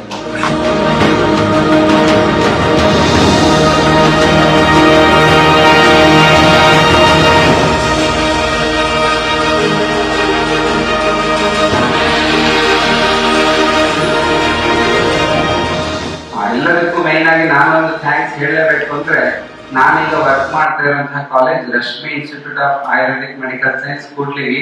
ನಾನು ಈ ರೀತಿ ಯಾವುದೇ ಕಾರ್ಯಕ್ರಮ ಮಾಡ್ತೀನಿ ಅಂತ ಕೇಳಿದ ತಕ್ಷಣ ನಿನಗೆ ಏನ್ ಸಪೋರ್ಟ್ ಬೇಕು, ನಿನಗೇನಾದ್ರು ಫೈನಾನ್ಸ್ ಕಡಿಮೆ ಆದ್ರೆ ನನಗೆ ಕೇಳೋದು, ನಾನು ನಿಮ್ಗೆ ಸಪೋರ್ಟ್ ಮಾಡ್ತೀನಿ. ಈ ರೀತಿ ಅಣ್ಣ, ನನ್ನ ರವಿ ಅಣ್ಣ ಅಂತ ಹೇಳಿ ಬಂದಿದ್ರು, ನಿಮ್ ಜೊತೆಗೆ ಮಾತಾಡಿದ್ರು. ಏನೇ ಹೇಳಿದ್ರು ಒಂದು ಸಪೋರ್ಟಿಗೆ ನಾನು ಇದೀನಿ ಅಂತ ಧೈರ್ಯ ಕೊಡ್ತಾರೆ, ಮತ್ತೆ ಪರ್ಮಿಷನ್ ಕೊಡ್ತಾರೆ. ಇಷ್ಟವರೆಗೂ ನಾನು ಏನಾದ್ರು ಕಾರ್ಯಕ್ರಮ ಮಾಡ್ಲಿಕ್ಕೆ ರಜೆಗಳು ಹಾಕಿದ್ರು ಕೂಡ ಸ್ಯಾಲರಿ ಕಟ್ ಮಾಡಿಲ್ಲ, ಅವರು ಫುಲ್ ಅಮೌಂಟ್ ಹಾಕ್ತಾರೆ. ಅಂದ್ರೆ ನಮಗೂ ಒಂದು ಧೈರ್ಯ ಬರುತ್ತೆ, ನಾನು ವೃತ್ತಿಯಿಂದ ಏನ್ ಗಳಿಸ್ತಾ ಇದ್ದೀನಿ ಅಷ್ಟು ಸಾಕಾಗುತ್ತೆ, ನಾನು ಮತ್ತೆ ಇನ್ನು ಮಾಡ್ಬೋದು ಅಂತ ಹೇಳಿ ಇಂತಹ ಹಲವಾರು ಜನ ನಮ್ಗೆ ಸಪೋರ್ಟ್ ಮಾಡೋದ್ರಿಂದ ಆಪ್ತಾಸ್ ನಿಂತಿದೆ. ಮತ್ತೆ ಬನ್ನಿಗೋಡ್ ಸರ್ ನಮ್ಗೆ ಲಿಜೆಂಡ್. ನಾವು ವಿದ್ಯಾರ್ಥಿಗಳಾದಾಗಿಂದನೂ ಕೇಳಿರುವಂತಹ ಒಂದೆರಡು ಹೆಸರುಗಳು ಲೀಡರ್ಸ್ ಅಂತ ಅಂದ್ರೆ, ಒಂದು ನಾರ್ತ್ ಕರ್ನಾಟಕದಲ್ಲಿ ಬನ್ನಿಗೋಡ್ ಸರ್, ಮತ್ತೆ ನಮ್ಮ ಸೌತ್ ಕರ್ನಾಟಕದಲ್ಲಿ ಪ್ರಸನ್ನರಾವ್ ಸರ್. ಅವ್ರು ಬರ್ಬೇಕಿತ್ತು, ಉದ್ಘಾಟನೆ ಕರೆದ್ವಿ, ಅವ್ರಿಗೆ ಇದಕ್ಕೂ ಕೂಡ ಕರೆದ್ವಿ. ಇವ್ರಿಬ್ರನ್ನ ಬಿಟ್ಟು ನಾವು ಯಾವ ಕಾರ್ಯಕ್ರಮ ಮಾಡಲ್ಲ. ಅಂದ್ರೆ ಅವ್ರು ನಮ್ಗೆ ಒಂದು ಗುರುಸ್ಥಾನದಲ್ಲಿ ನಿಂತು ಯಾವುದೇ ಕಾರ್ಯಕ್ರಮ ಇದ್ರೆ ಅವ್ರಿಗೆ ನಾವು ಇನ್ವಿಟೇಷನ್ ಕೊಡ್ತೀವಿ. ಸರ್ ಹೇಳಿದ್ರು ನಮ್ಮೆಲ್ಲಾ ಕಾರ್ಯಕ್ರಮಗಳೇ ಸರ್ ಇರ್ತಾರೆ, ಪ್ರಸನ್ನರಾವ್ ಸರ್ ಕೂಡ ಇರ್ತಾರೆ. ಅವರಿದ್ರೆ ಒಂದು ಧೈರ್ಯ, ಯಾಕಂದ್ರೆ ನಮ್ಗೆ ಅಷ್ಟು ಮಾಹಿತಿಯನ್ನ ಗೈಡೆನ್ಸ್ ನ ಕೊಟ್ಟಿದ್ದಾರೆ. ಇವತ್ತು ನಾವ್ ಏನೇ ಮಾಡ್ತಾ ಇದ್ರು ಅದಕ್ಕೆ ಇವ್ರದ್ದು ಕೂಡ ಒಂದು ಸಾಥ್ ಇರುತ್ತೆ. ಇಂತ ಉದ್ದಾರ್ ಸರ್ ಬಗ್ಗೆ ಜಾಸ್ತಿ ಹೇಳೋ ಅವಶ್ಯಕತೆ ಇಲ್ಲ, ನಿಮಗೆ ಗೊತ್ತಿದೆ ಅವ್ರ ಲೀಡರ್ ಅಂತ ಹೇಳಿ, ಅವರು ಸಂಘಟನೆ ಮಾಡೋದು ಹೇಗೆ ಅನ್ನೋದು ಗೊತ್ತಿದೆ. ಸೊ ಅವ್ರ ಬಗ್ಗೆ ಎಷ್ಟು ಹೇಳಿದ್ರು ಕಡಿಮೆನೆ. ಮತ್ತೆ ಜಿ.ವಿ. ಕುಂಬಾರ್ ಸರ್ ಅವರು ಇತ್ತೀಚೆಗೆ ಪರಿಚಯ ಆಗಿದ್ದಾರೆ. ನನಗೆ AYUSH federation of India media ಯಾರು ಹ್ಯಾಂಡಲ್ ಮಾಡ್ತಾರಂತ ಬಹಳ ಇತ್ತು. ಯಾಕಂದ್ರೆ ಯಾವುದೇ ಒಂದು ಸಾಧಕರು ಕರ್ನಾಟಕದಲ್ಲಿ ಹುಟ್ಟಿದ್ರು ಅವ್ರ ಹೆಸರಲ್ಲಿ ಒಂದು ಪೋಸ್ಟರ್ ಬರುತ್ತೆ, ಆಮೇಲೆ ಎಲ್ಲಾ ಸೋಷಿಯಲ್ ಮೀಡಿಯಾದಲ್ಲಿ ಅಪ್ಲೋಡ್ ಆಗುತ್ತೆ. ಸುಲಭದ ಕೆಲಸ ಅಲ್ಲ ಇದು. ನಮ್ಮ ಆಪ್ತಾಸ್ ನೋಡಿ ಕಾರ್ಯಕ್ರಮ ಮಾಡಿದಾಗ ಆಕ್ಟಿವ್ ಆಗಿರ್ತೀವಿ, ಮತ್ತೊಂದು 6 ತಿಂಗಳಲ್ಲಿ ಏನೋ ಅಪ್ಡೇಟ್ ಮಾಡಲ್ಲ. ಬಟ್ ಒಂದು ದಿನ ಬಿಡದೆ ಅದನ್ನ ಮಾಡ್ತಾರೆ ಅಂತ ಹೇಳಿದ್ರೆ ಜಿ.ವಿ. ಕುಂಬಾರ್ ಸರ್ ಅವರೇ ಅದಕ್ಕೆ ಕಾರಣ. ಆಮೇಲೆ ಮೀಡಿಯಾ ಬಹಳ ಇಂಪಾರ್ಟೆಂಟ್ ಆಗುತ್ತೆ. ಅವ್ರಿಗೊಂದು ಎಷ್ಟು ಥ್ಯಾಂಕ್ಸ್ ಹೇಳಿದ್ರು ಕಡಿಮೆ. ಅವರಿಂದ ನಮಗೆ ಈ ರೀತಿ ವ್ಯಕ್ತಿಗಳು ಇದ್ರು ನಮ್ಮ ಕರ್ನಾಟಕದಲ್ಲಿ ಅನ್ನೋದು ಗೊತ್ತಾಗ. ಬರೀ ಕರ್ನಾಟಕ ಅಲ್ಲ, ಭಾರತದಾದ್ಯಂತ ಯಾರೇ ಇದ್ರು ಅವರ ಬರ್ತಡೆಗಳಿಗೆ ವಿಶೇಷ ಹಾಕ್ತಾರೆ. ಮತ್ತೆ ಯಾರೇ ಆಯುಷ್ ವೈದ್ಯರ ಪಾಲಕರು ಇರ್ಬೋದು, ಯಾರಿಗೆ ಏನಾದ್ರೂ ಒಂದು ಸಮಸ್ಯೆ ಆಯ್ತು ಅಂತ ಹೇಳಿದ್ರು ಅಥವಾ ತೀರ್ಕೊಂಡ್ರು ಕೂಡ ಅವ್ರಿಗೊಂದು ನಾವಿದ್ದೀವಿ ಅನ್ನೋಂತಹ ಸಾಂತ್ವನ ಕೊಡುವಂತ ಕೆಲಸ ಮಾಡ್ತಾರೆ. ಇದೆಲ್ಲ ಚಿಕ್ಕ ಚಿಕ್ಕ ಕೆಲಸ ಅನ್ಸ್ಬೋದು, ಆದ್ರೆ ಇದ್ರ ಪರಿಣಾಮ ದೊಡ್ಡದಾಗಿರುತ್ತೆ. ಒಂದೇ ಒಂದು ರಿಕ್ವೆಸ್ಟ್, ನೀವು AFI ಬಗ್ಗೆ ಮಾತಾಡುವಾಗ ಯಾವ ಪದಗಳನ್ನ ಬಳಸ್ತೀರಿ ಅನ್ನೋದು ಇಂಪಾರ್ಟೆಂಟ್ ಆಗುತ್ತೆ. ನಮ್ಗೆಲ್ಲ AFI ಬಗ್ಗೆ ಗೊತ್ತಿದ್ರು ಕೂಡ ನಾವು ಹೇಳುವಾಗ ಏನಾದ್ರು ತೊಂದರೆ ಆದಾಗ ಅವ್ರು ಬಂದು ನಿಲ್ತಾರೆ, ಅಷ್ಟಕ್ಕೆ ಸೀಮಿತ ಇಲ್ಲ. ಇದು ನಿಮ್ಮ ಅಂಡರ್ಸ್ಟ್ಯಾಂಡಿಂಗ್ ಅಷ್ಟಕ್ಕೆ ಇರ್ಬೋದು. AFI ಅಂತ ಹೇಳಿದ್ರೆ ಆಯುರ್ವೇದವನ್ನ ಮಾಡ್ತೀವಿ ಅನ್ನೋಂಥವ್ರಿಗೂ ಕೂಡ ಸಪೋರ್ಟ್ ಮಾಡ್ತಾರೆ. ನಾವ್ ಏನ್ ಮಾತಾಡ್ತೀವಿ ಅದೇ ರೀತಿ ಒಪಿನಿಯನ್ ಕ್ರಿಯೇಟ್ ಆಗುತ್ತೆ. ಸೊ ಇಲ್ಲಿಂದ ಹೋದ ನಂತರ ನೀವುಗಳು AFI ಬಗ್ಗೆ ಆಗಿರ್ಬೋದು, ಆಪ್ತಾಸ್ ಬಗ್ಗೆ ಆಗಿರ್ಬೋದು, ಆಯುರ್ವೇದಕ್ಕೆ ಇವರು ಸಪೋರ್ಟ್ ಮಾಡ್ತಾರೆ ಅನ್ನೋದನ್ನ ಹೇಳಿದ್ರೆ ಅದೇ ಎಲ್ಲರ ಒಪಿನಿಯನ್ ಆಗಿ ಕ್ರಿಯೇಟ್ ಆಗುತ್ತೆ. ಸೊ ಇಷ್ಟೆಲ್ಲ ಕಾರ್ಯಕ್ರಮ ಆಗ್ಲಿಕ್ಕೆ ಪ್ರತಿಯೊಬ್ಬ ಪಾರ್ಟಿಸಿಪೆಂಟ್ಸಿಗೂ ಕೂಡ ಧನ್ಯವಾದ ಹೇಳಬೇಕು. ಯಾಕಂದ್ರೆ ನೀವು ಯಾರು ಬರ್ತಿರ್ಲಿಲ್ಲ ಅಂತ ಹೇಳಿದ್ರೆ ಮತ್ತೆ ನಾವು ಆಲೋಚನೆ ಮಾಡ್ತಾನೆ ಇರ್ಲಿಲ್ಲ. ನೀವೆಲ್ಲ ಬಂದಿದ್ದು ನಮಗೆ ಮೋಟಿವೇಶನ್. ಫಸ್ಟ್ ಡೇ ಇಂದ ಹೇಳ್ತಾ ಇದೀನಿ, ನೀವೆಲ್ಲ ನಮಗೆ ಮೋಟಿವೇಶನ್. ನೀವು ಬಂದಿರೋದ್ರಿಂದ ಈ ಕಾರ್ಯಕ್ರಮ ಆಗಿದೆ. ಈ ದೃಢಬಲ 2.0 ನೆನಪಿನ ಕಾಣಿಕೆಯಾಗಿ ಮತ್ತು ಗೌರವ ಪೂರ್ವಕದ ಸನ್ಮಾನವಾಗಿ ಆಪ್ತಾಸ್ ಆಯುರ್ವೇದ ತಂಡದ ವತಿಯಿಂದ AFI ರಾಜ್ಯಾಧ್ಯಕ್ಷರಾದ ವೈದ್ಯ ಮೋಹನ್ ವಿರಾಜತ್ ಅವರಿಗೆ ಒಂದು ನೆನಪಿನ ಕಾಣಿಕೆಯನ್ನು ನಾವು ಅರ್ಪಿಸ್ತಾ ಇದ್ದೇವೆ.